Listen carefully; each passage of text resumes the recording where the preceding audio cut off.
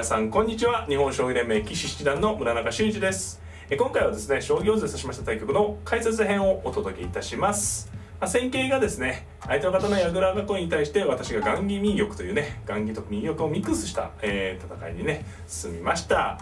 中盤でね、右玉側からね動くということは結構珍しい対抗形ではあるんですけど、本局私の右玉側からね動きまして、戦いが進んでいきました。そういったあたりねポイントを中心に解説していきますので、最後までごゆっくりお楽しみください。はい、ではね早速大盤の方で本局振り返っていきたいと思います。本局私後手番ですので、将棋用図の画面とはね前後逆になりますのでご了承ください。だから2六歩、3四歩、7六歩、4四歩、2五歩、3三角、4八銀と。私後手番でねここまでは、飛車を回ればね振り飛車という将棋なんですが、本局8四歩と2飛車を目指しました。で、相手の方6八銀、8五歩に、7七銀と。このね6八銀7七銀では、例えば7八銀から7七角と上がって、4六から4七銀、先手だけ指しますとね、角を角道を通したまま腰掛銀からね右四間飛車にするとかいう戦い方も考えられましたね。こちらの方がより積極的な積極策と言えますね。実戦は6八銀から7七銀という受け方だったのでね、これですと角の利きが止まりますから、比較的ゆっくりした将棋になりやすいですね。で7七銀に4二銀、5六歩、4三銀、7九角と、3二金、7八金、そして6二銀、6九玉、この辺り駒組みですね。はい。で、6四歩、ここは5四歩から5三銀というね2枚並べる形の雁木も考えられましたね。実戦は6四歩とつきました。5八金、7四歩とつきましたね。で3六歩、5二金と。さあね、着々と駒組みが進んでるんですけれども、ここで相手の方がね動いてきましたね。まだ矢倉は完成途上ですから、いくつか指し手が考えられますね。一つは例えば2四歩とついて同歩同角とね、飛車先の歩交換ですよね。同角同飛車、2三歩、2八飛車と。これが一つ考えられる指し方なんですけれども、この後ね後手の方も4二玉と上がって7三桂から6五桂という感じで攻めていく形で、これもね以前ですとこれは先手が作戦勝ちと言われてた形なんですけれども、近年 AI のね、進歩によって後手のね形、雁木の形も戦えるということで、ちょっと評価がね見直されてる形ですね。あとはですね、6八角と上がって王様をじっくり囲うというのも一つですね。実戦は3五歩という比較的積極策ですね。同歩同角と、いきなりこれで後手の雁木を潰してしまうという手ではないですね。以前のね動画でもお伝えしたかもしれないですけど、ここに銀が来る形になると雁木というのはね角の頭と角、飛車先狙われるのは危ないんですが、角が来る分にはね銀が守ってますから、それほど怖がる必要がないということですね。で3五同歩同角と。で、私の3五同歩同角に対して7三桂と解きました。そして6六歩、ここは私の方の今度は分岐点ですね。実際6三銀からゆっくり指したんですが、8六とねもう攻撃を仕掛けてしまう手もありましたね。同歩でしたら8五歩と打つと、この浮いた角をね狙って十字飛車の手ですね。同歩同飛車となれば大成功ですし、取り込んでねもう下に打たせる形になるとねかなりポイントを上げたとも言えるんでね。で8六歩に対して、同銀も考えられるんですけれども、同銀に対してはね中央方向が薄くなるので4五歩と突く手がより効果的になるんですね。で狙いまして6七金なら6五歩と、こういう展開もね考えられました。これで、一気にねもちろん雁木側が潰すってことはないですけど、結構角の2段目が強力なんでね、先手としても同歩と取って継ぎ歩される形か、今の変化かどっちか選ぶか難しいところだったと思います。私は実際ね6三銀は穏やかな手ですね。6三銀に対して6七金右、8一飛車6八角とね、まあ一応こう一歩交換した角が自陣に戻ってきましたので、先手としても一安心ですね。で、6二玉と。まあこれが私の方としてはね、まあ仕掛けを見送ったんですけれども、右玉に組んでゆっくりやろうじゃないかということです。そして4六歩。これ4六歩ね、なかなか、腰の重い手というかね、何が重いかというとね、これは要するにこう、3七銀と上がる方が、まあこう銀がスルスル出てきやすいんですが、角道通ってますしね。ただこれですと、4五歩と突かれる手があるんですね。で、先ほど言ったように、まあ右横の形になってますけど、狙い筋としては同じで、やはりこう8六と突いてくる手があるわけです。角道が通った状態で8六突かれると、同銀ですと、先ほど言った6五歩があると。で、同歩ですと、やはりこう継ぎ歩して、今度は同歩に同桂という形でね、例えば、まあこういうようなイメージですね。で、攻めてこられる手が一応あるんですね。まあこれがうまくいくかどうかはまた別なんですけれども。なので、右玉プラス、まああれ雁木プラス4五歩のね、角筋を通る手っていうのはとっても、まあ雁木の一つの武器なんですよね。それを、まあ4六歩と突くことで、4五歩なら同歩と取れるんでね、突きにくくしてるわけですね。ただその代わりね、私自分の方の角道を止まるんで、やや穏やかな手とも言えます。で、4六歩に対して、5四歩とついて、7九玉に4二角と。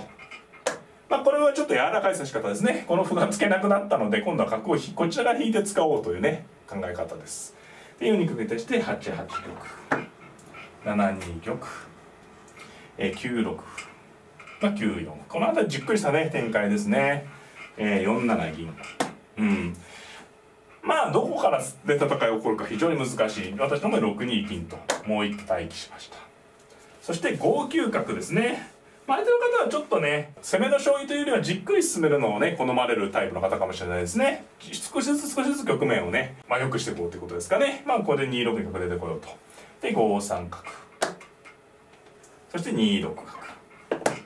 3三桂。3七桂と。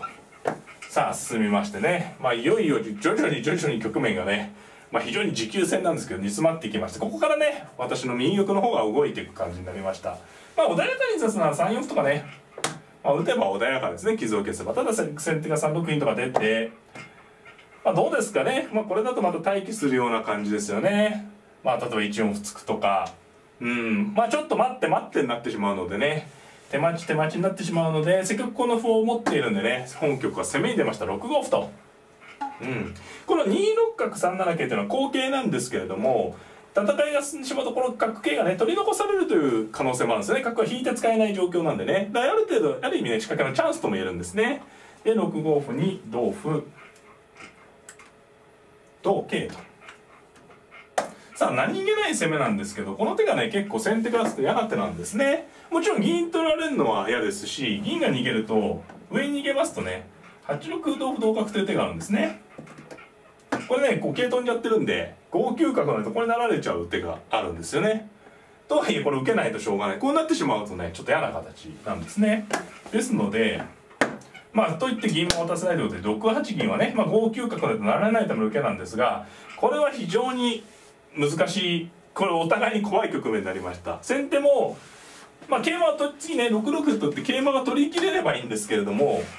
一瞬この瞬間後手のねターンが来ますし、で後手としてもねこう6六か6五歩と桂取られてしまうと、まあ王様に近いところの桂馬なんで非常に大きな痛手なんですよね。だからお互いにこれちょっと譲れない、もう早くも勝負どころですね。実戦は9五歩と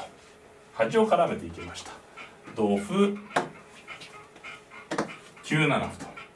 まあこれ手筋ですね。8筋だけではなくて端を絡めます。同香8六歩同歩に、これねぜひ部分的に皆さん覚えていただきたい手筋ですね。こう歩をいっぱい渡すんですが、この瞬間に9六歩と打ちまして同香、そして8六飛車と角でいってもね今度は角成りがないので飛車でね十字飛車をかけます。で王手香取りでね、でこれはもう歩を受けると香車取って楽勝、もう8七金とね怖くても受けるしかないとね、お互いにこれまあさっきも言ったように非常に際どい攻防ですね。まあ飛車を切って同玉で金を打てばまあ攻めはつながりますけど、さすがに飛車を渡してしまうのは痛いですね。王様逃げられてこれは無理筋です。ですので8七金に対しては8一飛車と下がりました。そして8六歩でね受かってそうなんですけど、これを同角とさらに踏み込みまして、さあこれがどうかなんですよね。まあ実際こう進みましてね、同金ですと同飛車でやはり王手香取りがかかるわけですね。でこれ受けるとしたらこれ角打つしかないですけどね、これでは辛いでしょうね。例えば飛車を引いておいて次に風潮を狙うような攻めでね、先手が苦しそうです。まああるいはこれは思い切って飛車切って角がありますね。よく見たらね、飛車切って同様で角打っても合駒がないですから決まってますね。ですのでこれはちょっと受けがないと。で先手もね8六金と取れないんですけど、ここで相手の方がね力を見せましたね。こう8五歩と、この手がねいい手でしたね。これ思わず私長考になっちゃいましたけどね、この8五歩ね。こう打って大馬近づけて受けようで、これ角をね引きたいんですが、角を引くとね7五歩のような手がちょっと嫌なんですよね。7五歩とついてちょっとこれ複雑な受け方なんですけど、どういう意味かと言いますと、同歩ですと8六歩が消えるわけですね。なのでまあ6六歩と打って桂を取りに行くと。で同角で取ってね、なんか飛車で角成りができてお手伝いに見えますけど、それで歩を打つと8六歩の時に7六金左とこう上がるとね、この歩がすいませんこう打ってないと、こう打たれた時に金がこうね歪む格好になるんですが、この歩を近づけて受けようとするんでね、こうやってこの空いた空間に金があるとぴったりね、金馬あるところ出てるんですけど、これ飛車でもないですから、これねちょっと角と桂馬頭丸い駒なんで攻めがねまあ止まっちゃうんですよね。なので、まあ、5三角と引く手もねやってみたい。5三角と引いて8六歩を打てればいいんですけど、今の手があるのでさあ難しいので長考になったわけですね。まあ、あと6六歩と打つ手もね有力なんですね。同金なら6八角成同飛車、同金なら6八角成から5七桂成。ただ6六歩にもね8六金と取られて6七歩成同銀5七桂、まあこうねいけるんですけど、どうですかねこの展開もね。桂馬をねこう取られると8四桂と打たれる手が嫌なんですよね。まあ、結構玉頭安定しちゃうんで、ということで私長考の結果、まあ、結局8六ね同飛車と取ったわけですね。8五同飛車取ったわけですね。まあここもね非常にですけど、9七桂ね、私9七桂を一番警戒してたんですね。これかなと思ったんでね、9七桂は狙いとしましては、飛車が引けば歩4枚持ってるんで、歩をねポンポンポンポン打っていけば飛車が取れると。で私これでね、まあ、読んでいたのがこう6六歩と打ってこれが決まるかどうかっていうのね、私長考になりましたね。もう難しい。同金なら6八角成と取って同飛車に7七銀っていうのがすごいかっこいい。これはもうパンチ炸裂なんですね。ただ6六歩の時に飛車を取る手がねありまして、金を取って、まあ、これも同銀なら7七金でいいんですが、角を取ってね、さあ銀を取って、さあこれがどうかというのでね、まあ、俺がもうまあ飛車角取られちゃうんでね、どっちが優勢かっていうね。まあただこれね次手番来ると7七金とか銀でどんどん寄せられるんで、これがねめちゃめちゃ際どい。まあこれどうですかね、右玉なんでね王様こっちにいれば安全なんですけど、飛車角持たれてて、まあ先手としてもこう受けが効かない同飛車だと金打たちゃんね、受けがないんで、まあこれは先手も選びにくかったですかね。まあこの変化をかなり、実戦で警戒してました。まあ実戦は8五同飛車に対してね7七桂、これ穏やかな手ですね。でしたのでなぜ穏やかなのかというとね、これ同桂成同銀で取られそうな角と桂がまあ後手としても逃げれるわけですよね、5三角とね。で先手もこう8六歩と打って、まあ角と桂は逃げられたけど、まあ8一飛車でまあ一応こう玉と受かったから何ていうんですか、お互いに折り合いがついてるような感じですかね。で4五歩と。まあ形勢は難しい衣装だと思います。これ待望の一手ですよね。角が遊んでっちゃいけないんでね、4五歩と。で私は6五桂と。まあこれはね攻防の一手ですね。なんかこう攻め潰すというより、これ相手に逆に打たれるとね嫌な形なんですよね。この地点と噛み合ってね、ここに打っとくだけでまあ先着と。銀が逃げれば8五歩という形で角の改めてね玉頭攻めがあると。で相手の方はここで8四6四歩と、これ難しい手でしたね。6四歩難しい手。これで善悪微妙、単に逃げるとでも8五歩なんでね、まあこう同銀と取らせて銀を上がることで、まあこう角道をね止めてちょっと緩和したんですね。ただこういうね一手こう入れてくれたおかげで私のも4五桂という対応ができました。というのも同桂同歩、まあ実戦ねこう進みまして、まあ、5三角成同金と、まあ、こうなった時にこの6四歩同銀っていうのがね私にとって結構大きな手なんですね。これ銀下だとこう金も置いてますし、桂馬がいつでも取られそうで不安定で嫌な形なんですけど、銀上がってるだけで、ね、非常にこう連結がいいんですよね。なので6四歩はこう玉頭を緩和した手なんですけど、こういう展開になると生きてるかなという感じですね。で、このこう進みまして4四歩と、これは手筋の一手ですね。同銀と取らすことによって体育会の時も言ったんですけど、後手からねここに打つのは狙い筋なんですが、3八飛車でこうぴったりこう王手でね金が取れる格好になるということですね。で4四歩同金としておいてから9四歩と、この手もね非常に右玉ならではですね。王様が近いのでこう反発すると、ここから終盤戦ですね。はい、9五歩と打ちまして、9五歩に対してねこれね難しいところですね。同香もあったと思います。同香と取って2つ手段がありましてね、8三桂という手が利けば一番後手はいいんですけど、ここに桂馬を打つとね8四桂とねこう直接打で返された時に結構嫌な形なんですよね。王様が6二以外の場所に、6三とかだと7二かで6二行ってもこう角を飛車取りに打たれて、これはね内部から崩壊してしまいそうですね。飛車が逃げると桂取られちゃうし、飛車を置くと歩を成られて9五桂がねきつい手なんですけど、それ以上に先に攻められちゃうんでね。なので8三桂はちょっと8四桂があるので打ちにくそうですね。ですのでもう一つの手段である8五歩と打つ、形ですね。こう打つ形でどうか、同歩なら同飛車で香車を狙うと。飛車の道が通ってるんで8四桂は打てないですね。9三歩成も金取りの8六が先なので、歩を打ってもね金取れますからね。これでどうかといったところでした。実戦は、9五歩とね、打った手に対して、9三歩成と攻め合いなんですけどね、ただボロッと香車を取りましてね、で9四角と打ったんですが、6三玉とここに逃げた形がね先ほど言ったようにいい形なんですよ。なんかちょっと中空城のようなね、銀があれば7二銀なんですけど銀がないのでね。そして相手方は9二歩と打ったんですけれども、この手はねちょっと辛い手順でしたね。王様を逃がしてしまってから歩なのでね、本当は9五桂でしたけれども、9五香でもねきつい攻めですね。9七歩成、これいろいろあるところです。9七五桂も厳しい手で、9六金ですとね、実際9六金なんですけど、手抜いて歩をなると普通に金を取って同玉で9七金と打って王様引いてね飛車が走れます。ですので実戦は9五桂に対してね、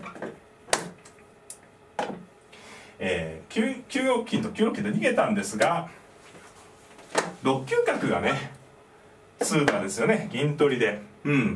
金が9五金で逃げますと、銀を取る前に1回8六飛車が痛烈な一手ですね。合駒利かずで王様逃げた銀を取られるということで、ここではっきりね、後手優勢がしましたね。後手優勢がはっきりしました。実戦は9一歩成と今日取ったんですが、9六角成が